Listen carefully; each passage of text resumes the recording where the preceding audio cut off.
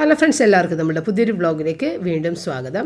ഇന്ന് സൺഡേ ആണ്. എല്ലാവർക്കും ഹാപ്പി സൺഡേ. ഇന്നത്തെ ബ്രേക്ക്ഫാസ്റ്റ് ദോശയും ചട്നിയാണ് കേട്ടോ. പിന്നെ നമ്മുടെ റോജറിൻ്റെ കാര്യം കുറേയധികം പേര് കമൻസിൽ ചോദിക്കുന്നുണ്ട്. റോജർ വെള്ളത്തിൻ്റെ ക്ഷാമം ഉള്ളതുകൊണ്ട് തിരിച്ച് പോരുമോ, എന്താണ് അവിടുത്തെ അവസ്ഥ, ഒരുപാട് പേര് നാട്ടിലേക്ക് പോരുന്നുണ്ടല്ല എന്നൊക്കെയുള്ള കമൻസ് ഞാൻ കാണുന്നുണ്ട്. റോജറിന് ഇതുവരെയും വെള്ളത്തിൻ്റെ ബുദ്ധിമുട്ട് വന്നിട്ടില്ല. വന്നാൽ നാട്ടിലേക്ക് പോരേണ്ടി വരുമെന്ന് തന്നെയാണ് പറയണത്. കാരണം വെള്ളമില്ലാതെ കുളിക്കാതെയൊക്കെ ഓഫീസിലേക്കൊന്നും പോകാനൊന്നും പറ്റില്ലല്ലോ. അപ്പോൾ ആ ഒരു സാഹചര്യത്തിൽ ചിലപ്പോൾ നാട്ടിലേക്ക് പോരാൻ സാധ്യതയുണ്ട്. ഏതായാലും ഇതുവരെ കുഴപ്പമൊന്നുമില്ല. ഏതായാലും ഇപ്പോൾ റോജർ അവിടെ ഇല്ല, ആന്ധ്രാപ്രദേശിലേക്ക് പോയേക്കണേണ്. ഇവരുടെ ടീമിലെ ഒരാളുടെ കല്യാണമാണ്. അപ്പോൾ ആ കല്യാണത്തിന് വേണ്ടിയിട്ട് ഇവരുടെ ടീം മൊത്തം ആന്ധ്രാപ്രദേശിലേക്ക് പോയേക്കണ്. ഇനി അവിടെ നിന്ന് വന്നു കഴിഞ്ഞിട്ട് എങ്ങനെയാണെന്ന് നോക്കിയിട്ടായിരിക്കുള്ളൂ ഇനി അടുത്ത കാര്യങ്ങളെന്ന് അവൻ പറയുന്നുണ്ടായിരുന്നു. 1-2 ദിവസം അവർക്ക് വെള്ളം വരാനായിട്ട് ഇത്തിരി ലേറ്റായി. കുറച്ച് രാത്രി ഒരു 12 മണിയൊക്കെ ആയപ്പോഴത്തേക്കും വെള്ളം വന്നെന്ന് പറഞ്ഞു. അതുവരെയും അവർക്ക് വെള്ളം ഇല്ലാതിരിക്കേണ്ടി വന്നെന്ന് പറഞ്ഞു. എന്തോ 2 ദിവസം മാത്രം, അല്ലാതെ വേറെ കുഴപ്പങ്ങൾ ഇതുവരെ ഉണ്ടായിട്ടില്ല എന്നാണ് പറഞ്ഞു കേട്ടത്. നോക്കാം എങ്ങനെയാണെന്നുള്ളത്. ഒന്നാമത് ഇനിയിപ്പോൾ അടുത്ത ആഴ്ച മുതൽ നമ്മളുടെ ഹോളി വീക്കും ഒക്കെ അങ്ങനെ ഉള്ള കാര്യങ്ങളാണ്. അപ്പോൾ അതുകൊണ്ട് ചിലപ്പോൾ ഇനി വരുമോ എന്നൊരു സംശയമുണ്ട്. ഏതായാലും ഇതുവരെ ഒന്നും പറഞ്ഞിട്ടില്ല. അപ്പോൾ നമ്മുടെ ചട്നിയുടെ അകത്തേക്ക് ചെറിയ ഉള്ളിയും പച്ചമുളകും ഉപ്പും ഇത്തിരി പൊട്ടുകടലയും കൂടി ചേർത്തിട്ട് അരക്കണേനെ. ഇഞ്ചിയും അതുപോലെ പുളിയൊന്നും ചേർക്കണ്ട. ഇഞ്ചിയൊക്കെ ചേർക്കാൻ വേണമെന്നുണ്ടെങ്കിൽ ഇപ്പം ഞാൻ ചേർക്കണില്ല. പുളി സാധാരണ അങ്ങനെ ഈ ഇഡലി ദോശക്ക് പുളി ചേർത്ത് അരക്കണമെന്നില്ല. കാരണം ഇഡലി ദോശ തന്നെ ഇത്തിരി പുളിച്ച സാധനമല്ലേ. അപ്പോൾ അതിൽ പുളിയുള്ളതുകൊണ്ട് ഇതിൽ പുളി ചേർക്കേണ്ട ആവശ്യമില്ല. അപ്പോൾ അങ്ങനെ അത് അരച്ചെടുത്ത് ഇനി ഒന്ന് താളിച്ചും കൂടി ഇട്ട് കഴിഞ്ഞിട്ടുണ്ടെങ്കിൽ അത് കഴിഞ്ഞ്. അപ്പോൾ ഇന്നെനിക്ക് കുറച്ചധികം മടി പിടിച്ചിരിക്കുന്ന പണികളുണ്ട്. അതെല്ലാം ചെയ്യണമെന്ന് വിചാരിച്ചിരിക്കുന്ന ഒരു ദിവസമാണ്. ഒന്നാമത് നമുക്ക് ഈ ചൂടായതുകൊണ്ട് തന്നെ കുറേ ജോലികൾ ചെയ്തില്ലേലും കുഴപ്പമില്ല എന്ന് തോന്നുന്ന ജോലികൾ നമ്മൾ മാറ്റിയിട്ടിട്ടുണ്ടാവും. ഇപ്പോൾ എല്ലാ ദിവസവും ഭക്ഷണം ഉണ്ടാക്കുക, വീട് അടിച്ച് വൃത്തിയാക്കുക, ഇതൊക്കെ എല്ലാ ദിവസവും നമ്മൾ ചെയ്യേണ്ട കാര്യങ്ങളാണ്. അത് ചെയ്യും, എന്തായാലും ചെയ്യാതെ നിവൃത്തിയില്ല. ഭക്ഷണം ഉണ്ടാക്കാൻ നമുക്ക് കഴിക്കാൻ പറ്റില്ല. അപ്പോൾ അങ്ങനെയുള്ള കുറേ കാര്യങ്ങൾ നമ്മൾ ചെയ്യും. പക്ഷേ ചെയ്തില്ലേലും വലിയ കുഴപ്പമില്ല എന്ന് തോന്നുന്ന കുറേ കാര്യങ്ങൾ നമ്മളങ്ങനെ മാറ്റി ഇട്ടിട്ടുണ്ടാവും. അത് എല്ലാവർക്കും ഉള്ളൊരു കാര്യമാണ്. മാറ്റിയിടുന്ന കുറേ ജോലികളുണ്ടാവും. അത് അവിടെ കിടന്ന് കൂടി പിന്നെ നമുക്ക് ഭയങ്കര മടിയാകും. മടിയും മലഞ്ഞമൊക്കൊന്നും നമ്മുടെ കുട്ടികളോട് പറയും, പഠിക്കാതെ അന്നുള്ള പാഠങ്ങൾ അന്നൊന്ന് പഠിക്കണം. ഇതെല്ലാവരും പറയണ കാര്യം എന്ന് പറഞ്ഞ പോലെ തന്നെ നമ്മൾക്കും ബാധകമാണിത്. കുട്ടികളോട് നമ്മൾക്ക് പറയാൻ യോഗ്യതയില്ല സത്യത്തിൽ ആ ഒരു കാര്യം. അന്നുള്ള പാഠം അന്നൊന്ന് പഠിക്കണമെന്നുള്ള. കാരണം നമ്മൾ അന്നുള്ള ജോലികൾ നമ്മളതൊന്ന് ചെയ്യുന്നില്ലല്ലോ. അതുകൊണ്ടല്ലേ നമ്മൾ ഇത് കൂട്ടിയിട്ട് അവസാനം മൊത്തത്തിൽ മടിയായിപ്പോണ് എന്ന് പറഞ്ഞ അവസ്ഥയിൽ എനിക്കുണ്ട് കുറേ ജോലികൾ. അപ്പോൾ അതിൽ ഒരു ജോലി എന്ന് പറഞ്ഞത് നമ്മുടെ ഈ മസാലകൾ, പൊടികൾ, അരിപ്പൊടി അങ്ങനത്തെ സാധനങ്ങളൊക്കെ ഒന്ന് ഇട്ട് വെക്കണം. അത് പഴയതൊക്കെ മാറ്റിയിട്ട് അതിനകത്തേക്കൊന്ന് ഇട്ട് വെക്കണം. അതെനിക്ക് ഭയങ്കര മടിയുള്ളൊരു കാര്യമുണ്ട്. അപ്പോൾ ഈ അരിപ്പൊടി, ഗോതമ്പ് പൊടി അങ്ങനത്തെ സാധനങ്ങളൊക്കെ ഇങ്ങനെ ടിന്നിൽ തന്നെ ഇട്ട് സൂക്ഷിച്ച് വെക്കുന്ന ആളുകൾക്ക് ഓരോ പ്രാവശ്യം അത് വെക്കുമ്പോഴും കഴുകി വൃത്തിയാക്കിയതിന് ശേഷമാണ് അടുത്ത പുതിയ പാക്കറ്റ് പൊട്ടിച്ചിരുന്നത്. അപ്പോൾ അങ്ങനെയുള്ള ഒരു പണിയുണ്ടാവും. ഞാൻ കൂടുതലും അങ്ങനത്തെ ഒരു കാര്യം ചെയ്യാറില്ല. പക്ഷേ ഗരം മസാല അങ്ങനെയുള്ള മസാലപ്പൊടികളൊക്കെ ഉണ്ടല്ലോ, മുളക് പൊടി, അതൊക്കെ ഇങ്ങനെ ഇട്ട് വെക്കുന്ന ആ സംഭവമൊക്കെ ഒന്ന് കഴുകണമെന്നുണ്ട്. മറ്റുള്ളതൊന്നും എനിക്ക് വലിയ പണിയില്ല, ഞാൻ അങ്ങനെ ചെയ്യാറുമില്ല. ചിലപ്പോൾ കവറിൽ തന്നെയൊക്കെ വെച്ച് കളയും. അങ്ങനത്തെ ഒരു മടിച്ചാണ് ഞാൻ. അപ്പോൾ അങ്ങനത്തെ കാര്യങ്ങളൊക്കെ ഒന്ന് ചെയ്യാനുണ്ട്. പിന്നെ നമ്മുടെ ഈ മുഴുവൻ മസാലകൾ കുറേ പാക്കറ്റുകൾ കയ്യിലുണ്ട്. അതൊക്കെ ഒന്ന് പൊട്ടിച്ച് റീഫില്ല് ചെയ്യേണ്ടതൊക്കെ റീഫില്ല് ചെയ്ത് വെക്കണം. അങ്ങനത്തെ കുറേ കാര്യങ്ങളൊക്കെ ഉണ്ട്. പിന്നെ വേറൊരു കാര്യം, കാണാതെ പോയേക്കുന്ന കുറച്ച് സാധനങ്ങളുണ്ട്. അതൊന്ന് കണ്ടുപിടിക്കണം. അത് ഏറ്റവും വലിയ ബുദ്ധിമുട്ടുള്ളൊരു കാര്യമാണ് എനിക്ക്. അത് റയൻ ഉണ്ടെങ്കിലാണ് എനിക്കത് വേഗം കിട്ടണത് കയ്യിൽ. ഇതിപ്പോൾ ഞാൻ തന്നെ നോക്കിയെടുക്കണം. ഈ കാണാതെ പോയ സാധനങ്ങൾ നോക്കിയെടുക്കുന്നത് ഈ ചൂട് കാലത്ത് വലിയ ബുദ്ധിമുട്ടുള്ളൊരു കാര്യമാണ്. കാരണം നമുക്ക് കാണുന്നില്ലല്ലോ എന്നുള്ളൊരു ടെൻഷൻ, ഇത് എവിടെ നിന്ന് കിട്ടുമോ എന്നുള്ളൊരു ടെൻഷൻ. അതും പിന്നെ ഈ ചൂടും കൂടി ആകുമ്പോൾ ഇരട്ടി ചൂടായി മാറും. കാരണം നമ്മുടെ ഉള്ളിൽ ഇങ്ങനെ ടെൻഷൻ നിൽക്കണോ, അത് കണ്ടുപിടിക്കണമല്ലോ, ഇത് എവിടെയാണാവും, അങ്ങനെയുള്ളൊരു ടെൻഷനോട് കൂടിയിട്ട് മഴക്കാലത്ത് നമ്മൾ സാധനങ്ങൾ തപ്പിയാൽ പോലും നമ്മൾ വേർത്ത് കുളിക്കും. ഇതെൻ്റെ അനുഭവത്തിൽ സന്ദർഭത്തിലാണ്. കാരണം ഞാൻ സ്ഥിരം സാധനങ്ങൾ മറന്നു വെച്ച് തപ്പി നടക്കുന്ന ആളാണ്. അപ്പോൾ ഈ ചിലത് അത്യാവശ്യ സന്ദർഭത്തിലായിരിക്കും തപ്പണത്, അതുവരെയും ശ്രദ്ധിക്കണില്ലല്ലോ. അപ്പോൾ ഇത് കിട്ടിയില്ലെങ്കിൽ എന്ത് ചെയ്യുമെന്നൊക്കെ വിചാരിച്ചിട്ട് അങ്ങനെ തപ്പുമ്പോൾ ഏതൊരു മഴക്കാലത്താണെങ്കിൽ പോലും നമ്മൾ വേർത്ത് കുളിക്കും, ആ ഒരു ടെൻഷൻ മനസ്സിൽ വന്നിട്ട്. എന്ന് പറഞ്ഞ പോലെ ഇന്ന് കുറേ സാധനങ്ങൾ കണ്ടുപിടിക്കണം. കാരണം അത് കണ്ടുപിടിച്ചില്ലെന്നുണ്ടെങ്കിൽ വേറെ മേടിക്കേണ്ടി വരും. അപ്പോൾ അങ്ങനെയുള്ള മേടിച്ച് വെച്ചിട്ടുണ്ടെന്ന് എനിക്കറിയാം, അത് എവിടെയോ കൊണ്ടുപോയി ഞാൻ വെച്ചിട്ടുണ്ട്. അപ്പോൾ അങ്ങനെ കുറച്ച് കാര്യങ്ങൾ, പിന്നെ കുറച്ച് തയ്ക്കാനുള്ള കാര്യങ്ങളുണ്ട്. അപ്പോൾ തയ്യലെന്ന് പറഞ്ഞു കഴിഞ്ഞാൽ കുറേ ഡ്രസ്സിൻ്റെ കൈ വെട്ടിക്കളയണം, പിന്നെ ഓൾട്ടർ ചെയ്യണം, അങ്ങനത്തെ കുറേ കാര്യങ്ങളുണ്ട്. അപ്പോൾ ഈ ഓൾട്ടർ ചെയ്യണത് വലിയ കുഴപ്പമില്ല. ഈ കൈ വെട്ടിക്കളഞ്ഞ് തയ്ക്കണത് എനിക്ക് ഇത്തിരി പാടാണ്. കാരണം മിക്കതിൻ്റെയും കൈയുടെ അറ്റത്ത് ഇലാസ്റ്റിക് ഉള്ളതാണ് എനിക്ക് വെട്ടി തയ്ക്കേണ്ടത്. അപ്പം നിങ്ങൾ കുറേ പേര് ചോദിച്ചിട്ടുണ്ടായിരുന്നു ഈ കൈയൊക്കെ വെട്ടി തയ്ക്കുന്നത് എങ്ങനെയാണെന്നത് കാണിക്കണേന്ന്. അപ്പോൾ അതൊക്കെ ഞാനിന്ന് കാണിക്കാം. അപ്പോൾ ചില ഡ്രസ്സിൻ്റെ കൈയുടെ അറ്റത്തുള്ള ഇലാസ്റ്റിക് ഭയങ്കര ചെറുതായിരിക്കുള്ളൂ, ടൈറ്റ്, രക്തം പോലും അങ്ങോട്ടും ഇങ്ങോട്ടും പോകാത്ത രീതിയിൽ ഭയങ്കര ടൈറ്റായിട്ട് നിന്നിട്ട് ഊരി മാറ്റുമ്പോൾ അവിടെ കട്ട ചുവപ്പായിട്ട് ഇങ്ങനെ റൗണ്ടിൽ കിടക്കും. അപ്പോൾ അങ്ങനെയുള്ള ചില ഡ്രസ്സുണ്ട്, അതിൻ്റെ ആ സംഗതികളെല്ലാം മാറ്റി ഇത്തിരി ലൂസായിട്ടുള്ള എലാസ്റ്റിക് ഇടണം. അപ്പോൾ അതൊക്കെ ഒരു പണി തന്നെയാണ്. അപ്പോൾ അങ്ങനെയുള്ള കാര്യങ്ങളൊക്കെ ചെയ്യാനുണ്ട്. അതെല്ലാം ഞാൻ ഇന്ന് നമ്മളിപ്പോൾ ഇന്ന് എന്തൊക്കെ കാര്യങ്ങൾ ചെയ്യണം എന്ന് തലേ ദിവസം തന്നെ ഇങ്ങനെ മനസ്സിലിങ്ങനെ ഓർത്ത് വെക്കും, അല്ലെന്നുണ്ടെങ്കിൽ എഴുതി വെക്കും. അപ്പം ഞാൻ ഇടയ്ക്ക് എഴുതി വെക്കും, ചില സമയത്ത് സമയം കിട്ടണമെങ്കിൽ എഴുതി വെക്കും, അല്ലെന്നുണ്ടെങ്കിൽ രാത്രി ഇങ്ങനെ മനസ്സിലിങ്ങനെ ഓർക്കും, അല്ലെന്നുണ്ടെങ്കിൽ രാവിലെ വെളുപ്പിന് പെട്ടെന്ന് തന്നെ ഞാൻ അധികം ലേറ്റ് ആകണതിന് മുന്നേ തന്നെ എഴുന്നേക്കും. അപ്പോൾ അവിടെ കിടന്നുകൊണ്ട് തന്നെ ഉറക്കം മാറി കിടക്കുന്നുണ്ട് തന്നെ ഒന്ന് ചിന്തിക്കുന്നത് എന്തൊക്കെയാണ് ചെയ്യാനുള്ളത്. അപ്പോൾ അങ്ങനെയും ചെയ്യും, അല്ലെങ്കിൽ രാത്രി സമയമുണ്ടെങ്കിൽ അങ്ങനെ ചിന്തിക്കൂട്ടെ, അങ്ങനെ ചെയ്യണത്. അപ്പോൾ ഇന്നത്തെ ലിസ്റ്റിൽ ഇങ്ങനെയുള്ള കുറേ കാര്യങ്ങൾ ഉണ്ട്. അപ്പോൾ അതെല്ലാം ചെയ്യണം. അപ്പോൾ ഞാൻ ഈ തേങ്ങ ചട്നി അരച്ച അതേ ജാറിൽ തന്നെ ഇന്നത്തെ മീൻകറിക്ക് വേണ്ടിയിട്ടുള്ള തേങ്ങ അരപ്പ് കൂടിയിട്ട് റെഡിയാക്കി അത് കലക്കി അവിടെ വെച്ചിട്ടുണ്ട്. അതിന് ശേഷമാണ് ബ്രേക്ക്ഫാസ്റ്റ് കഴിക്കാൻ പോയത്. കഴിച്ചു കഴിഞ്ഞ് വന്നതിന് ശേഷം പച്ചമാങ്ങ ഇട്ടിട്ടാണ് നമ്മൾ കറി വെക്കാൻ ഉദ്ദേശിക്കണം. അതുകൊണ്ട് അതൊന്ന് കട്ട് ചെയ്തിട്ട് ആ ചാറിലേക്ക് ഇട്ടിട്ട് തിളപ്പിക്കാൻ വെക്കണം. അപ്പോൾ ഫ്രീസറിൽ നിന്ന് മീനെടുത്ത് പുറത്തേക്ക് വെച്ചിട്ടുണ്ട്. ആ മീൻ ഒന്ന് തണുപ്പ് മാറിയൊക്കെ ഇരിക്കുന്നുണ്ട്. ഇനിയിപ്പോൾ അത് കട്ട് ചെയ്ത് കറിയിലേക്ക് ചേർത്താൽ മാത്രം മതി. പിന്നെ ഞാൻ ഒരു പഴുത്ത മാങ്ങ ആദ്യം തന്നെ കൊണ്ടുവന്നവിടെ വെച്ചിട്ടുണ്ട്. കാരണം ഇന്നിപ്പോൾ ഈ ദോശ അല്ലെങ്കിൽ ഇഡലിയൊക്കെ കഴിക്കുന്ന കൂട്ടത്തിൽ നമുക്ക് ഒരു ഏത്തപ്പഴം പുഴുങ്ങിയത് കഴിക്കാൻ ഇഷ്ടമാണ്. കാരണം ഭയങ്കര ഒരു വിശക്കുമല്ല എന്നുണ്ടെങ്കിൽ പെട്ടെന്ന് തന്നെ ഡൈജസ്റ്റ് ആകുന്ന ഒരു സംഭവമാണ് ഇഡലിയും ദോശയും. അപ്പോൾ അതുകൊണ്ട് ഒരു ഏത്തപ്പഴം എന്തെങ്കിലും പുഴുങ്ങിയത് കഴിച്ചു കഴിഞ്ഞാൽ കുഴപ്പമില്ലാതെ നിൽക്കുക. അല്ലെന്നുണ്ടെങ്കിൽ ഒരു 12 മണിയാകുമ്പോൾ തന്നെ ഭയങ്കര ഒരു വിശക്കാൻ തുടങ്ങും. എനിക്ക് അങ്ങനെയാണ് കേട്ടോ. അപ്പോൾ അതും ഒന്ന് ചെയ്യണം. ബ്രേക്ക്ഫാസ്റ്റ് കഴിച്ച് കുറച്ച് നേരം കഴിയുമ്പോഴത്തേക്കും അതൊരു ജ്യൂസ് അടിച്ചിട്ട് കഴിക്കാമെന്ന് വിചാരിച്ച് മാങ്ങ. അപ്പോൾ ഈ മാങ്ങ ജ്യൂസ് അടിച്ച് കഴിക്കുന്നത് നല്ലതല്ല. കാരണം അതിൽ ഷുഗർ ചേർക്കുന്നുണ്ട്, അതിൻ്റെ ഫൈബർ പോകുന്നുണ്ട് എന്നൊക്കെ പറഞ്ഞിട്ട് എനിക്ക് കമൻസ് കാണാറുണ്ട് കേട്ടോ. അത് ഹെൽത്തി അല്ലെന്നേ. എല്ലാം ഹെൽത്തി ആയിട്ട് തന്നെ നമ്മൾ നോക്കൂലല്ലോ. നമുക്ക് ഇഷ്ടമുള്ള എന്തെങ്കിലും സംഭവങ്ങൾ നമ്മൾ ഹെൽത്തി ആയിട്ടുള്ളൊരു സംഭവം അല്ല എന്ന് കണ്ടു കഴിഞ്ഞാൽ നമ്മൾ കഴിക്കുക. എന്ന് പറഞ്ഞ പോലെ എനിക്ക് ഭയങ്കര ഇഷ്ടമുള്ളതാണ് മാംഗോ ജ്യൂസ്. അപ്പോൾ എനിക്ക് മാങ്ങ മാത്രമായിട്ട് ഇങ്ങനെ കഴിക്കണത് ഒട്ടും ഇഷ്ടമല്ല. അപ്പോൾ അതുകൊണ്ടാണ് നമ്മൾ മാംഗോ ജ്യൂസ് കഴിക്കണം. അതൊക്കെ നമുക്ക് അറിയാവുന്ന കാര്യങ്ങൾ തന്നെയാണ്. ഇതിൻ്റെ ഫൈബർ കണ്ടൻറ്റ് പോകും, മധുരം നമ്മൾ ആഡ് ചെയ്യുന്നുണ്ട്, അതെല്ലാം ശരിയല്ല എന്നുള്ള. പക്ഷെ അങ്ങനെ നോക്കിയിട്ട് കാര്യമില്ല. നമുക്ക് ഇഷ്ടമുള്ള സംഭവങ്ങൾ നമ്മൾ കഴിക്കുമല്ലോ ഇടയ്ക്ക്. അപ്പോൾ അത്രയേ ഉള്ളൂ. അപ്പോൾ നമ്മുടെ മീൻകറിയൊക്കെ അവിടെ ഏകദേശം റിലേ വന്നിട്ടുണ്ട്. ഇനി ഈ മീൻ നമ്മൾ ഉച്ചക്ക് കഴിക്കുന്നതിന് മുമ്പായിട്ട് വറുത്താൽ മതി. അതൊന്ന് മാരിനേറ്റ് ചെയ്തിട്ട് അവിടെ വെച്ച്. അപ്പോൾ പപ്പ പുറത്ത് പോയേക്കുണ്ടായിരുന്നു സാധനങ്ങളൊക്കെ മേടിക്കാൻ വേണ്ടിയിട്ട്. അപ്പോൾ അത് പപ്പ വരാറാകുമ്പോഴത്തേക്കും അങ്ങനെ ജ്യൂസ് അടിച്ച് കൊടുക്കുക. അപ്പോൾ എനിക്കും കഴിക്കാമെന്ന് വിചാരിച്ച്. പിന്നെ മീൻകറിയുടെ മീതയിലേക്ക് ഒന്ന് താളിച്ചൊഴിച്ച് ഇത്രയേ ഉള്ളൂ. അപ്പം മീൻകറിയും റെഡിയായി എല്ലാം കഴിഞ്ഞ് കാലത്ത് തന്നെ ഏകദേശം ഒരു 11 മണിക്കുള്ളിൽ ഇതെല്ലാ കാര്യങ്ങളും കഴിഞ്ഞിട്ട്. കാരണം പിന്നെ ഭയങ്കര ചൂടല്ലേ. അപ്പോൾ പിന്നെ കിച്ചണിൽ നിൽക്കൽ വലിയ ബുദ്ധിമുട്ടാണ്. പിന്നെ ഞാൻ പറഞ്ഞില്ലേ, ഞാൻ പെൻഡിങ്ങിലിട്ട കുറച്ച് വർക്കുകളുണ്ട്, അതൊക്കെ ചെയ്യാമെന്ന് വിചാരിച്ച്. അപ്പോൾ അതേ മാങ്ങ ഒരെണ്ണം മതി നമുക്ക് 2 പേർക്ക് ജ്യൂസ് ആക്കാനായിട്ട്. അപ്പോൾ ഓരോന്നോരോന്നാണ് പഴുത്ത് വരണതും. അപ്പോൾ അങ്ങനെ അത് കട്ട് ചെയ്ത് ഇത്തിരി പഞ്ചസാരയൊക്കെ ചേർത്ത് വെള്ളം ചേർത്ത്. അപ്പോൾ ഇത് പാല് ചേർത്തിട്ട് അങ്ങനെ കഴിക്കാറില്ല, എനിക്കിഷ്ടമല്ല. അങ്ങനെ ഷെയ്ക്കായിട്ട് കഴിക്കണത് എനിക്ക് ഒട്ടും ഇഷ്ടമല്ല. അതുകൊണ്ട് ഞാൻ പാലങ്ങനെ ചേർത്തിട്ട് കഴിക്കാറില്ല കേട്ടോ.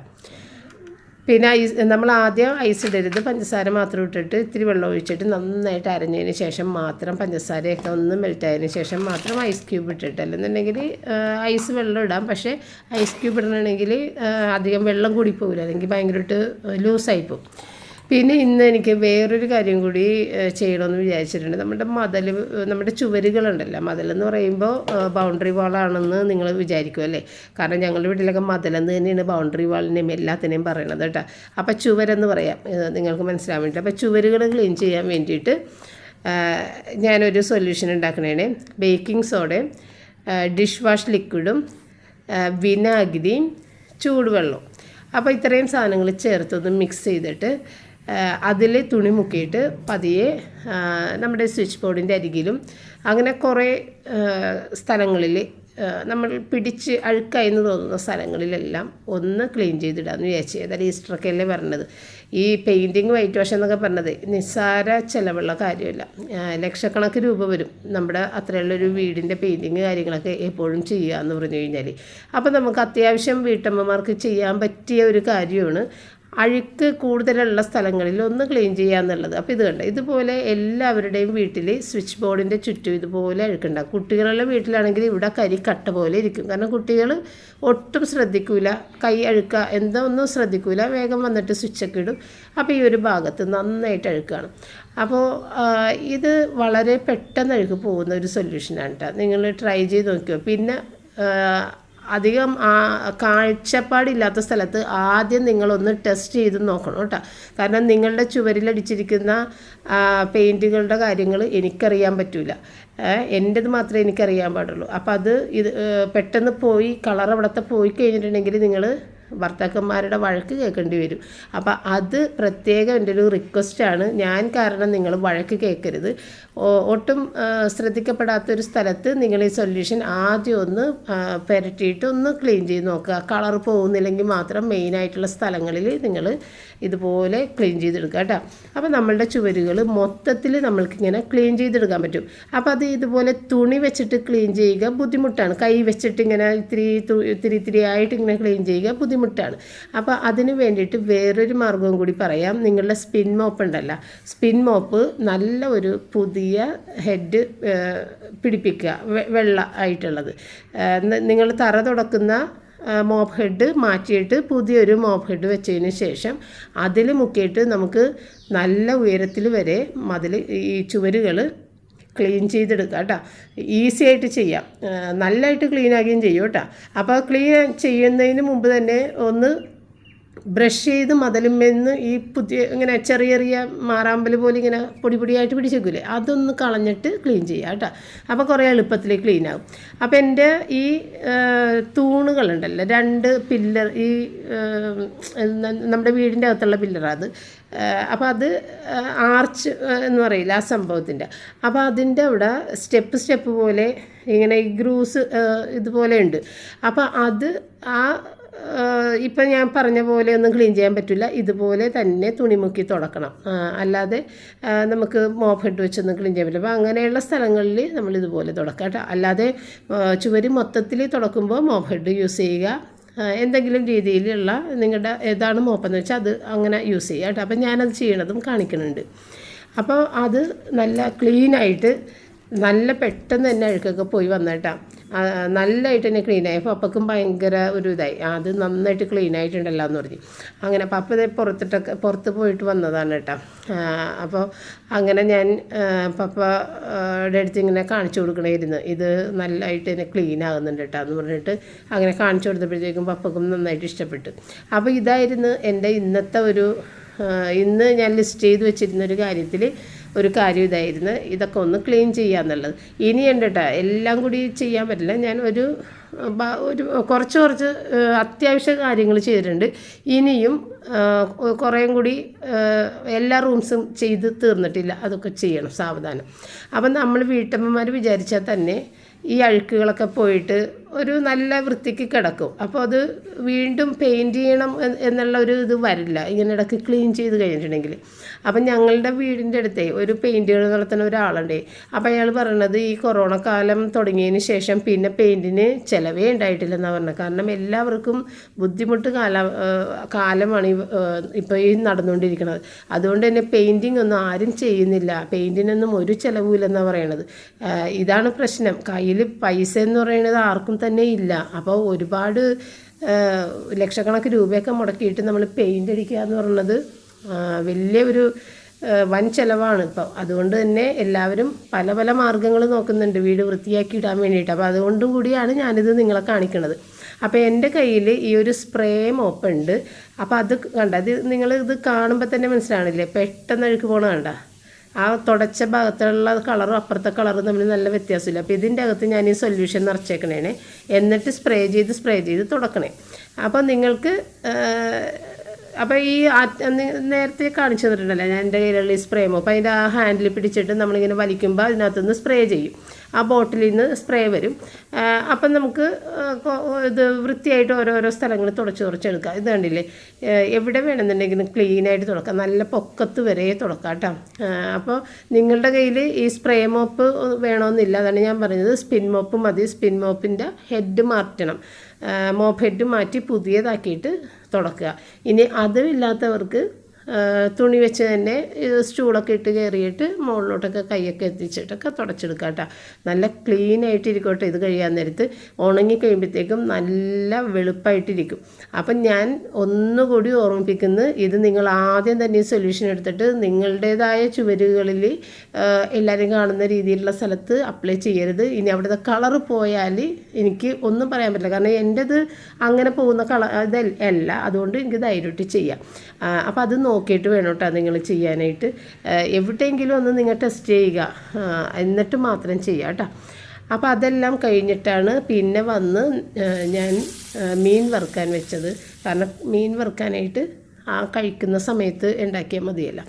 അപ്പോൾ അപ്പം മേടിച്ചുകൊണ്ട് വന്ന പച്ചക്കറികളാണ്, അതെല്ലാം അടുത്തുനിന്ന് ഫ്രിഡ്ജിലേക്ക് വെക്കണം. ഇത്തിരി ചെറുനാരങ്ങ, കോവക്ക, അച്ചിങ്ങപ്പയർ, ഉരുളക്കിഴങ്ങ്, വെളുത്തുള്ളി, പച്ചമുളക്, പഴം, ഇത്തിരി പരിപ്പ്, പീസ് പരിപ്പ്, പിന്നെ മെയിനായിട്ട് എനിക്ക് മേടിക്കാനുണ്ടായിരുന്ന ഒരു ഇത്തിരി കുമ്പളങ്ങ സാധനം അരിയായിരുന്നു കേട്ടോ, ചോറ് വെക്കണ അരി. അത് 10 കിലോ മട്ട റൈസാണ് ഇത്തവണ മേടിച്ചത്. കഴിഞ്ഞ പ്രാവശ്യം നമ്മൾ വെള്ളരിയാണല്ലോ മേടിച്ചത്, അപ്പോൾ ഇത്തവണ മട്ട റൈസ്. പിന്നെ ഈ ഒരു ഓസം എന്ന് പറഞ്ഞിട്ട് ഒരു പെർഫ്യൂമും പപ്പ ഡിയോഡ്രൻറ്റ് അത് മേടിച്ച്, കാരണം പപ്പയ്ക്ക് എല്ലാ ദിവസവും അടിക്കണം. അതുകൊണ്ട് ആ വില കൂടിയ സാധനങ്ങളൊക്കെ എല്ലാ ദിവസവും നമ്മൾ അടിച്ചാൽ ശരിയാവില്ല. അപ്പോൾ ഇതുപോലെ മേടിച്ച് വെക്കും എപ്പോഴും തീരുമ്പോൾ. അപ്പോൾ അതാണ് പപ്പ കൂട്ടത്തിൽ അത് മേടിച്ചിട്ടുണ്ടായിരുന്നു.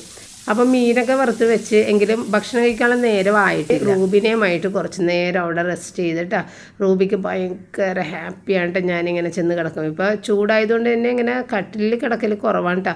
അവൾക്ക് കഴിക്കാൻ അവിടെ ഞാൻ ഫുഡ് എടുത്ത് വെച്ചിട്ടുണ്ടെങ്കിലും അവൾ കഴിക്കാതെ എങ്ങനെ ഇരിക്കണേനെ, കാരണം അവൾക്ക് ആ ഒരു സമയം ഉണ്ട്. പിന്നെയാണെങ്കിൽ അവൾക്ക് വായിൽ വെച്ച് കൊടുക്കണമല്ലോ. അപ്പോൾ അതുകൊണ്ട് അവൾ അങ്ങനെ കഴിക്കാതെ കിടക്കണം. പിന്നെ ഈ ക്യാമറ കണ്ടു കഴിയുമ്പോഴത്തേക്കും ആൾ നാണം കൊണ്ട് എഴുന്നേക്കണേനെ കേട്ടോ. പെട്ടെന്ന് മനസ്സിലാവും അവൾക്ക് ഞാൻ ക്യാമറ ഓൺ ചെയ്തിട്ടുണ്ടെങ്കിൽ പെട്ടെന്ന് അവൾക്ക് മനസ്സിലാവും. അപ്പോൾ ഞാനിങ്ങനെ കിടന്നോ കുഴപ്പമില്ല, ഞാൻ ക്യാമറ ഓഫ് ചെയ്യാമെന്നൊക്കെ പറഞ്ഞപ്പോൾ ക്യാമറ ഓഫ് ചെയ്തിട്ട് മാത്രമാണ് അവൾ കിടന്നിട്ട്. അവസാനം അവൾ മാറിക്കിടന്ന് അവിടെ കാലിൻ്റെ അവിടെ പോയിട്ട് കിടന്നിട്ടാ. ഇനി മമ്മി ഇനിയും വീഡിയോ എടുക്കണ്ടല്ലോ എന്ന് വിചാരിച്ചിട്ട്. പിന്നെ അവിടെ നിന്ന് എഴുന്നേറ്റ് വന്ന് ഭക്ഷണമൊക്കെ കഴിച്ചിട്ട്, അപ്പോൾ ഏകദേശം ഒരു 2:30 മണിയൊക്കെ ഈ ഭക്ഷണം കഴിച്ചിട്ട്. അത് കഴിഞ്ഞ് പിന്നെ ഒന്ന് മേല് കഴുകി ഡ്രസ്സ് മാറ്റിയതിന് ശേഷമാണ് ഞാൻ പിന്നെ ഒന്ന് തയ്ക്കാൻ വേണ്ടിയിട്ടിരുന്നത്. കാരണം ഭയങ്കര ചൂടായിരുന്നു എൻ്റെ ആ ഡ്രസ്സ് ഇട്ടിട്ടേ. ആ ബ്ലാക്ക് ഡ്രസ്സ് ഇത്തിരി ടൈറ്റ് ആയിരുന്നു. അതുകൊണ്ട് ആ ഡ്രസ്സെല്ലാം ഞാൻ മാറ്റി തയ്ക്കാൻ വേണ്ടിയിട്ട് ഇത്തിരി സുഖമായിട്ടിരിക്കാനായിട്ട് ഞാൻ ആ ബനിയനൊക്കെ എടുത്തിട്ടിട്ട് ഇരുന്നിട്ട് തയ്ക്കാമെന്ന് വിചാരിച്ചു. അപ്പോൾ തയ്യൽ തന്നെ എനിക്ക് മടിയുള്ളൊരു കാര്യമാണ്. അപ്പോൾ ചൂടെടുത്തിട്ടൊക്കെ ഇരിക്കുമ്പോൾ വലിയ ബുദ്ധിമുട്ടാണ്. അപ്പോൾ മുകളിലിരുന്ന് തയ്ക്കാനായിട്ട് എനിക്കിപ്പോൾ ചൂട് കൊണ്ട് മുകളിലിരിക്കാൻ പറ്റില്ല. അതുകൊണ്ട് ഞാൻ പപ്പയുടെ അടുത്ത് പറഞ്ഞു മിഷ്യൻ താഴേക്ക് കൊണ്ടുപോകാൻ തുടങ്ങി. ഇപ്പോഴായിട്ട് തയ്ക്കാനുണ്ടെങ്കിൽ മിഷ്യൻ താഴെ കൊണ്ടുവന്നിട്ടാണ് തയ്ക്കണത് കേട്ടോ. എന്നിട്ട് വീണ്ടും മുകളിൽ കൊണ്ടേ തന്നെ വെക്കും, കാരണം താഴെ ഇത്തിരി ബുദ്ധിമുട്ടാണ് ഇതൊക്കെ വെക്കാനായിട്ട്. അങ്ങനെ ഫ്രണ്ടിൽ തന്നെ കൊണ്ടുവന്ന് വെച്ച് ജനലൊക്കെ തുറന്നിട്ട് നല്ല സുഖമായിട്ട് ഫാൻ പോലും ഇടേണ്ടി വന്നില്ല, അത്രയും സുഖമായിട്ട് ഞാനിരുന്നിട്ട് തയ്ച്ചിട്ട് എനിക്ക് ഭയങ്കര ഇഷ്ടപ്പെട്ട്. അപ്പോൾ നമ്മളുടെ ഈ മെഷീൻ്റെ കാര്യം ഒരുപാട് പേര് ചോദിക്കുന്നുണ്ട്. ഈ മെഷീൻ 12,000 രൂപയാണ്, എത്ര രൂപയെന്ന് ചോദിക്കുന്നുണ്ട്. 12,000 രൂപയാണ് കേട്ടോ. അപ്പോൾ ഇതിൻ്റെ ഹാൻഡിലാണ് കേട്ടോ അത് കാണുന്നത്. ഹാൻഡിലൊക്കെ ഉണ്ട്, നമുക്കിങ്ങനെ തൂക്കി പിടിച്ചൊക്കെ കൊണ്ടുകൊടുക്കാം, പോർട്ടബിളാണ്. അപ്പോൾ ഇത് റൂബി ആണെന്നുണ്ടെങ്കിൽ ഞാനിരിക്കുന്നത് എവിടെ, അതിൻ്റെ കാൽച്ചൂട്ടിൽ അവളിരിക്കുള്ളൂ. അപ്പോൾ അവിടെ ബിസ്ക്കറ്റിൻ്റെ അംശങ്ങളൊക്കെ ഉണ്ട്, അതൊക്കെ കടിച്ച് തിന്നൊക്കെ നടക്കണേണ്. അവളുടെ ചിക്കൻ അവിടെ മാറ്റി വെച്ചിട്ടുണ്ട്, അത് അവൾക്ക് വേണ്ട, അത് നമ്മൾ തന്നെ എടുത്തു കൊടുക്കണം. അപ്പോൾ ഈ അവിടെ എൻ്റെ കൂടെ ഇരിക്കുമ്പോൾ അവൾക്ക് എന്തെങ്കിലും ഒന്ന് കുറിക്കണം, സ്നാക്സ്. അപ്പോൾ അതിന് വേണ്ടിയിട്ടാണ് ആ ബിസ്ക്കറ്റ് എവിടെയെങ്കിലുമൊക്കെ 2-3 ബിസ്ക്കറ്റ് ഞങ്ങൾ എടുത്തിങ്ങനെ വെച്ചിട്ടുണ്ടാവും, കഴിക്കാൻ പറ്റുമത്തില്ല. അപ്പോൾ അതൊക്കെയാണ് അവൾ തപ്പിയെടുത്ത് കഴിക്കണം കേട്ടോ. അല്ലാതെ ആ ബിസ്ക്കറ്റ് അവിടെ കിടന്നാൽ അവൾ കഴിക്കില്ല. ഞാൻ എവിടെയെങ്കിലും ഇരുന്നത് കണ്ടു കഴിഞ്ഞാൽ അവൾക്ക് അപ്പം തന്നെ എന്തെങ്കിലും കഴിക്കണം. അപ്പോൾ ഞാൻ വിചാരിച്ച് ഈ ചിക്കൻ കൂടിയിട്ട് അവിടെ കൊണ്ടുവന്ന് വെക്കാം, എന്നിട്ട് അവൾ വേണമെങ്കിൽ കഴിക്കട്ടെ ഒറ്റക്ക്. കാരണം ഞാൻ അവിടെ ഇരുന്ന് തയ്ക്കണതൊക്കെ ഭയങ്കര സന്തോഷമുണ്ട് അവൾക്ക്. മമ്മി ഒരു സ്ഥലത്ത് ഇരുന്നല്ല, അപ്പോൾ അതൊക്കെ അവൾക്ക് ഹാപ്പിയാണ്. അപ്പോൾ ആ ഹാപ്പി മൂഡിൽ അവൾ ചിലപ്പോൾ ഒറ്റക്ക് കഴിക്കാൻ സാധ്യതയുണ്ട്. പക്ഷെ അവൾ കഴിച്ചില്ല. അത് നോക്കിയിട്ട് അവിടെ നിന്ന് മാറി. ഏതൊരു ഡോഗാണല്ലേ ചിക്കനിലേക്കൊക്കെ വെച്ച് കൊടുത്തു കഴിഞ്ഞാൽ കഴിക്കാതെ പോകുന്നതല്ലേ, പക്ഷേ ഇവൾ കഴിക്കൂല. അങ്ങനെ ഞാൻ തയ്ക്കാനിരുന്നപ്പോഴേക്കും പപ്പ അവിടെ ഒരു പഴയ ടീപ്പോയുടെ കാലൊടിഞ്ഞതൊക്കെ ഒട്ടിക്കണേണ് കേട്ടോ. അങ്ങനെ അതൊക്കെ പപ്പ അവിടെ ചെയ്തുകൊണ്ടിരിക്കുന്നുണ്ട്. ഞാൻ എൻ്റെ തയ്യൽപ്പണിയും ഓൾട്രേഷൻ അങ്ങനെയുള്ള കാര്യങ്ങളൊക്കെ ചെയ്യുന്നുണ്ട് കേട്ടോ. അപ്പോൾ കുറച്ച് നേരം കഴിഞ്ഞപ്പോഴത്തേക്ക് ഞാൻ നോക്കുമ്പോൾ റൂബി താനെ എടുത്ത് കഴിച്ചിട്ടാ. അത്രയും ഹാപ്പി മൂഡിലാണെങ്കിൽ അവൾ താനേ കഴിക്കുള്ളൂ. അപ്പോൾ അവൾക്ക് എന്തോ ഭയങ്കര ഹാപ്പിനെസ് കേട്ടോ. ഞാനവിടെ ഇരുന്ന് ഒരു പതിവില്ലാത്തൊരു സ്ഥലത്ത് ഇരുന്നിട്ടാണ് ഞാനത് ചെയ്യണത്, പ്രത്യേകിച്ചും ഫ്രണ്ട് ഡോറിൻ്റെ അരികിൽ തന്നെ. അപ്പോൾ അവൾക്ക് ഈ ഫ്രണ്ട് ഡോറിൻ്റെ അവിടെ ഞാൻ താഴെ ഇരിക്കണത് ഇഷ്ടമാണ്. അപ്പോൾ അവൾ അവിടെ വന്ന് കിടന്നിട്ട് അവൾക്ക് എന്നെ മുട്ടി കിടക്കാം, നല്ല കാറ്റും തണുപ്പും കിട്ടും, വഴിയിലെ കാഴ്ചകളും കാണാം. അതവൾക്ക് ഏറ്റവും സന്തോഷം. അപ്പോൾ ഇതിപ്പോൾ ഞാൻ കൂടെ ഇരിക്കണില്ലെങ്കിൽ അവിടെ തന്നെ ഉണ്ടല്ല എന്നുള്ളൊരു ഹാപ്പി മൂഡിലാണ് റൂബി. അവിടെ മാറി കിടക്കലും ബോധം കിട്ട പോലെ കിടക്കലും അങ്ങനത്തെയൊക്കെയുള്ള കളികളായിരുന്നു കേട്ടോ. അപ്പോൾ ഞാനത് തയ്ക്കണമെങ്കിൽ അതെല്ലാം ഞാൻ നോക്കും കേട്ടോ. ഞാനെല്ലാം കാണുന്നുണ്ടായിരുന്നു. അവളുടെ ഹാപ്പിനെസ് ഞാൻ നോക്കിക്കൊണ്ടിരുന്നേച്ച്. അങ്ങനെ അതിൻ്റെ ഇടയിൽ നമ്മളുടെ തയ്യലുകളൊക്കെ. അപ്പോൾ ഈ കൈ വെട്ടാനുള്ളത് കുറേ അധികം ഉണ്ട് കേട്ടോ, കൈ വെട്ടിക്കളയാനുള്ളത്. അപ്പോൾ ഇതൊക്കെ എൻ്റെ പഴയ ഡ്രസ്സാണ്. പക്ഷേ ഈ ഡ്രസ്സ് എനിക്ക് ഭയങ്കര ഇഷ്ടമുള്ള ഡ്രസ്സാണ്. നല്ലൊരു പ്രിൻ്റാണ് ഇതിൻ്റെ. ഈ ഫ്ലോറൽ പ്രിൻ്റ് എന്ന് പറഞ്ഞാൽ നല്ല അടിപൊളിയാണ്. നല്ലൊരു സ്റ്റൈലൻ കളർ കോമ്പിനേഷനൊക്കെയാണ്. അപ്പോൾ ഇത് കളയാൻ എനിക്ക് തോന്നില്ല. അപ്പോൾ ഇതിൻ്റെ അറ്റത്ത് ഒരു എലാസ്റ്റിക് ഉള്ളിലുണ്ട്, അത് ലൂസായിപ്പോയി. പിന്നെ ഈ കൈ ഒരു 1.5 കൈ നീളമാണ് എനിക്ക്. ലോങ് എന്ന് പറഞ്ഞാൽ എൻ്റെ കൈപ്പത്തി വരെ കവർ ചെയ്ത് പോകുന്ന അത്രയും നീളമുണ്ട്. അപ്പോൾ ഈ എലാസ്റ്റിക് ഉള്ളത് നമുക്ക് കയറ്റി വെക്കാമായിരുന്നു. പക്ഷേ ഇപ്പോൾ എലാസ്റ്റിക് പോയതോട് കൂടിയിട്ട് അത് താഴേക്ക് ഇടിഞ്ഞ് പോന്നു കഴിഞ്ഞാൽ എൻ്റെ കൈപ്പത്തി വരെ കവറായി പോകും. അപ്പോൾ അതുകൊണ്ട് ഞാൻ വിചാരിച്ച് ഇതങ്ങോട്ട് കട്ട് ചെയ്തങ്ങോട്ട് മാറ്റിയിട്ട് എലാസ്റ്റിക് വേറെ കയ്യിൽ നോക്കിയിട്ട് ഉണ്ടെങ്കിൽ ഇട്ട് കൊടുക്കുക, അല്ലെന്നുണ്ടെങ്കിൽ എലാസ്റ്റിക് ഇല്ലാതെ തയ്ച്ചെടുക്കാമെന്ന് വിചാരിച്ച്. അതുപോലെ തന്നെ എലാസ്റ്റിക് ഇവിടെ എവിടെയോ ഉണ്ടായിരുന്നു. ഞാൻ ഈ സൂക്ഷിച്ച് വെക്കുന്ന ആളാണല്ലോ, അപ്പോൾ എവിടെയോ മറഞ്ഞിരിക്കുന്നുണ്ട്, സാധനം കിട്ടിയില്ല. അങ്ങനെ അത് വെറുതെ ചുമ്മാ ഞാൻ മടക്കി തയ്ച്ചെടുത്തേ. പിന്നെ ഈ ഒരു ഡ്രസ്സിൻ്റെ എലാസ്റ്റിക് ഭയങ്കര ചെറുതായിട്ടേക്കണത് അവർ, കൈ രക്തയോട്ടം ഇല്ലാത്ത അവസ്ഥയിൽ. അപ്പോൾ അതുകൊണ്ട് അത് ഒന്ന് അത് അഴിച്ചാണ് ശരിക്കും കൊടുക്കേണ്ടത് കേട്ടോ. ഞാൻ ഭയങ്കര മടിച്ചാണ് അങ്ങനെ അഴിച്ചെടുക്കാനൊക്കെ. അതുകൊണ്ട് എളുപ്പപ്പണിക്ക് വേണ്ടിയിട്ട് ഞാനതങ്ങോട്ട് കട്ട് ചെയ്ത് കളയണേണ് ആ പീസ്. കാരണം ആ എലാസ്റ്റിക് എനിക്ക് വേണ്ട, ഭയങ്കര ചെറുതാണ്. അത് എനിക്ക് ഒരിക്കലും ഉപയോഗിക്കാൻ പറ്റില്ല, ഒരു കൈയിലും ഇടാൻ പറ്റില്ല.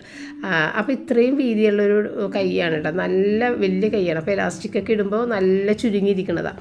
അപ്പോൾ അത് രണ്ടും കട്ട് ചെയ്ത് കളഞ്ഞിട്ട് അതിന് ഞാൻ വേറൊരു എലാസ്റ്റിക്, പഴയ ഒരു എലാസ്റ്റിക് അവിടെ വെച്ചിട്ടുണ്ടായിരുന്നത് എടുത്തിട്ട് കേട്ടോ.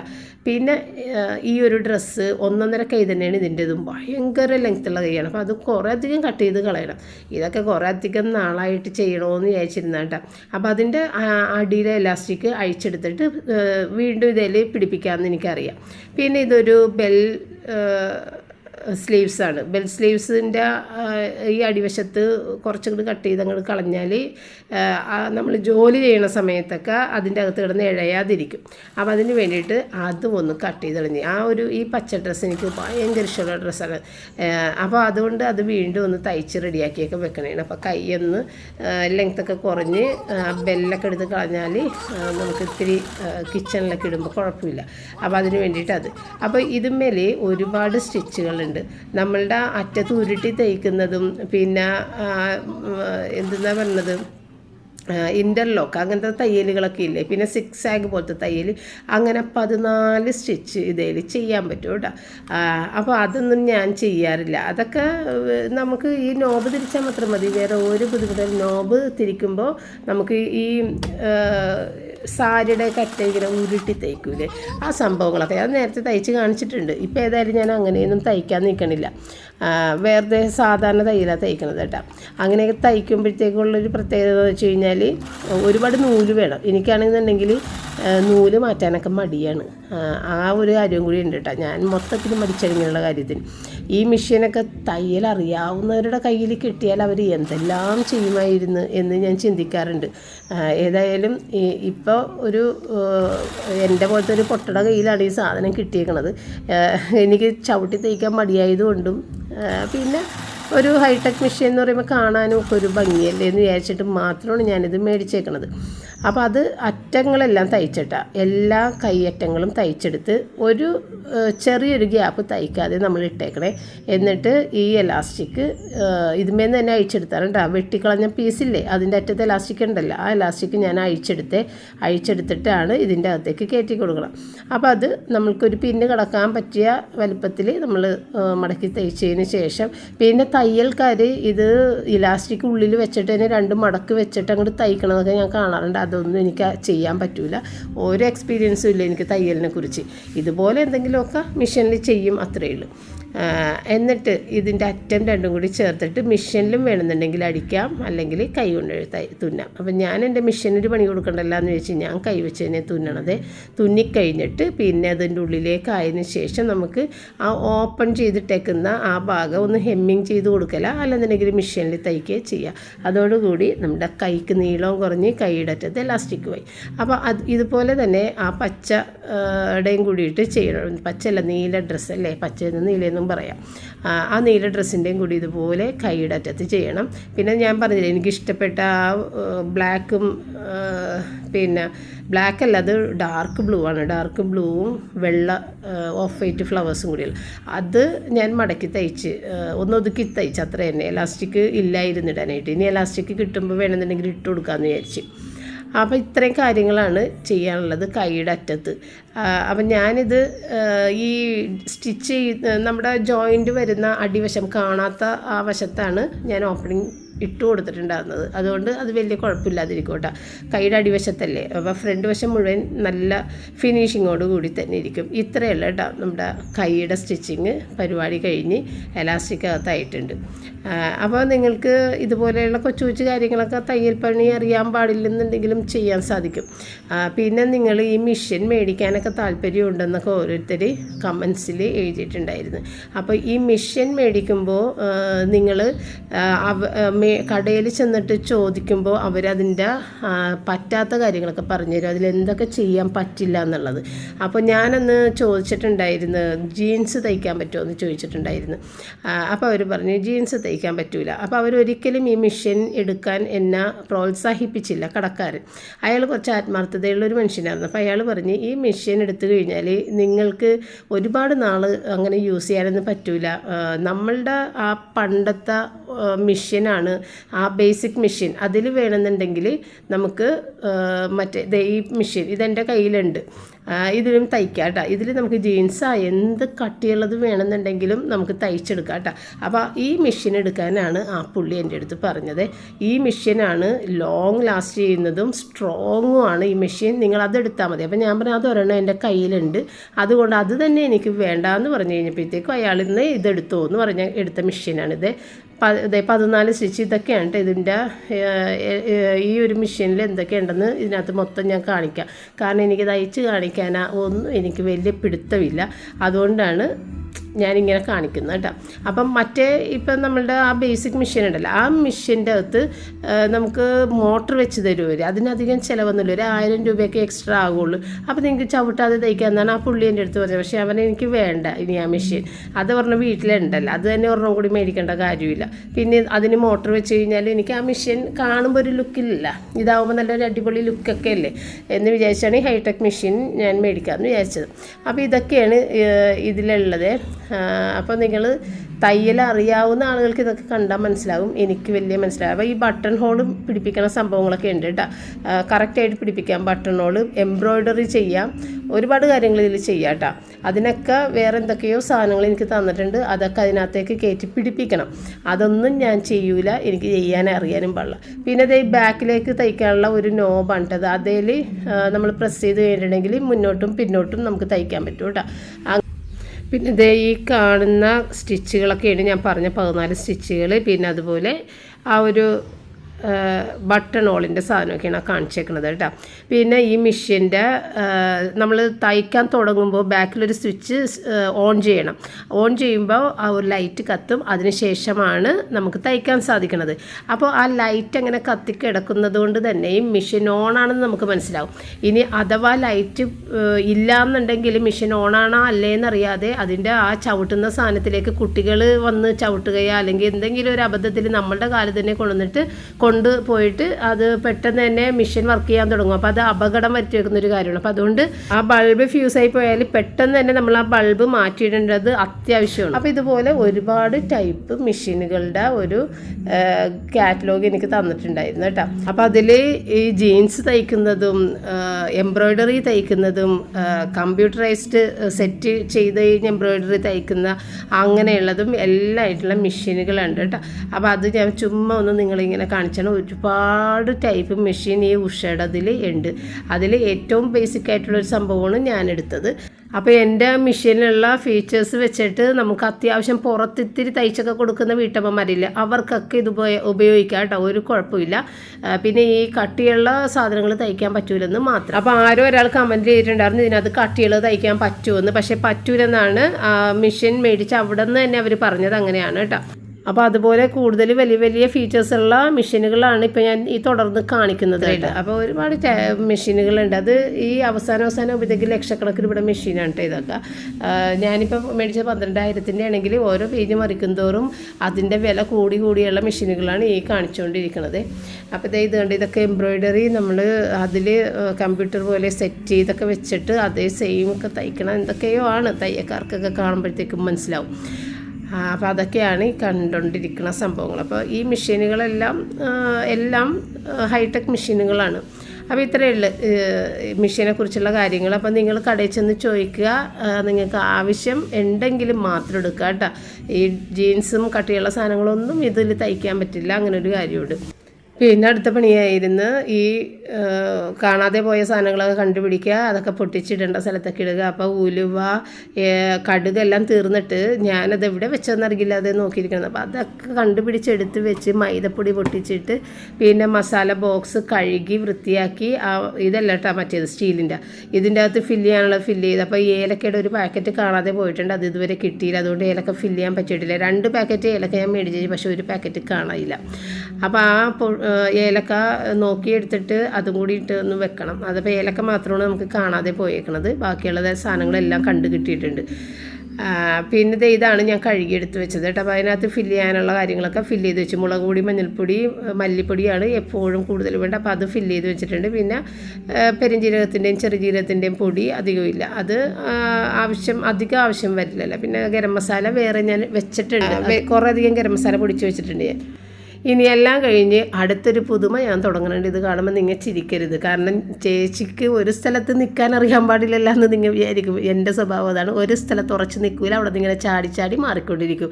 ഇപ്പോൾ അടുത്ത ചാടി പിടിച്ചേക്കുന്നത് ഫ്ലാക്സ് സീഡിലാണ്. ഇതെൻ്റെ ഇത് ഹോമിയോ ഡോക്ടർ പറഞ്ഞതാണ്, ഇതൊന്ന് കഴിക്കുക, കാരണം എൻ്റെ ഹെയർ ഭയങ്കരമായിട്ട് പോകുന്നുണ്ട്, അപ്പോൾ അതിന് ഫ്ലാക്സ് സീഡ് നല്ലതാണ് കഴിക്കുക എന്ന് പറഞ്ഞിട്ട് ഞാൻ മേടിച്ചേക്കുന്ന ഒരു സാധനമാണ്. ഞാനിത് ഫ്ലിപ്കാർട്ടിൽ നിന്നാണ് മേടിച്ചത്. 400 ഗ്രാമാണ്, 200 ബോട്ടിലാണ്, 187 രൂപയാണ് ഇതിൻ്റെ വില. അപ്പോൾ ഇതാണ് ഫ്ലാക്സ് സീഡ്, ചെറുചണ വിത്തെന്ന് മലയാളത്തിൽ പറയുന്നുണ്ട്. ഇത് നമ്മൾക്ക് എല്ലാവർക്കും അറിയാം. ഈ ഫ്ലാക്സ് സീഡിൻ്റെ കാര്യം നമ്മൾ ഈ യൂട്യൂബിലൊക്കെ ഒരുപാട് കാണാറുണ്ട്, പക്ഷേ എനിക്ക് തോന്നിയിട്ടില്ല അത് മേടിക്കാൻ. ഇപ്പോൾ ഡോക്ടർ സജസ്റ്റ് ചെയ്തതുകൊണ്ട് മാത്രം മേടിച്ചൊരു സംഭവമാണ്. 1 ടേബിൾ സ്പൂൺ എടുത്തിട്ട് അതിനകത്തേക്ക് ഇത്തിരി തൈര അല്ലെങ്കിൽ മോര ചേർത്തൊന്ന് കുതിർത്തിട്ട് കഴിക്കാനാണ് ഡോക്ടറിൻ്റെ അടുത്ത് പറഞ്ഞേക്കണം. ഞാൻ അതനുസരിച്ചിട്ടാണ് ചെയ്യണത്. ഇനി ഇത് പൊടിച്ച് കഴിക്കുന്നവരുണ്ട്, ഇതിങ്ങനെ തന്നെ നല്ല ക്രഞ്ചി ആയിട്ട് കടിച്ച് പൊട്ടിച്ച് കഴിക്കാം കേട്ടോ. അങ്ങനെ കഴിക്കുന്നവരും ഉണ്ട്. എങ്ങനെ വേണമെങ്കിലും ഇത് കഴിക്കാമെന്ന് പറയുന്നുണ്ട്, പക്ഷേ എന്നോട് ഇങ്ങനെ കഴിക്കാൻ പറഞ്ഞ് ഞാനിതായാലും എത്ര നാൾ ഇതിൽ തുടർന്ന് പോകുമെന്നൊന്നും എനിക്കറിയാൻ പാടില്ല. ഞാൻ ഈ നിന്ന നിപ്പിൽ ഇത് മതിയാക്കുന്ന ഒരാളാണ്. അതുകൊണ്ട് ഞാൻ ചെയ്യുന്നതുകൊണ്ട് നിങ്ങളൊന്നും ചെയ്യണമെന്ന് ഇല്ല കേട്ടോ. ഞാൻ ചെയ്തതൊന്ന് കാണിച്ചെന്ന് മാത്രം, കാരണം ഞാനിത് കുറച്ച് ദിവസം കഴിയുമ്പോൾ ഞാൻ നിർത്തിക്കളയും, എൻ്റെ സ്വഭാവം അതാ. അപ്പോൾ ഇത്രയേ ഉള്ളൂ ഇന്നത്തെ വീഡിയോ. ഇവിടെ വെച്ച് വൈൻഡപ്പ് ചെയ്യുന്നില്ല, നമ്മൾക്ക് നാളെ വീണ്ടും കാണാം. താങ്ക്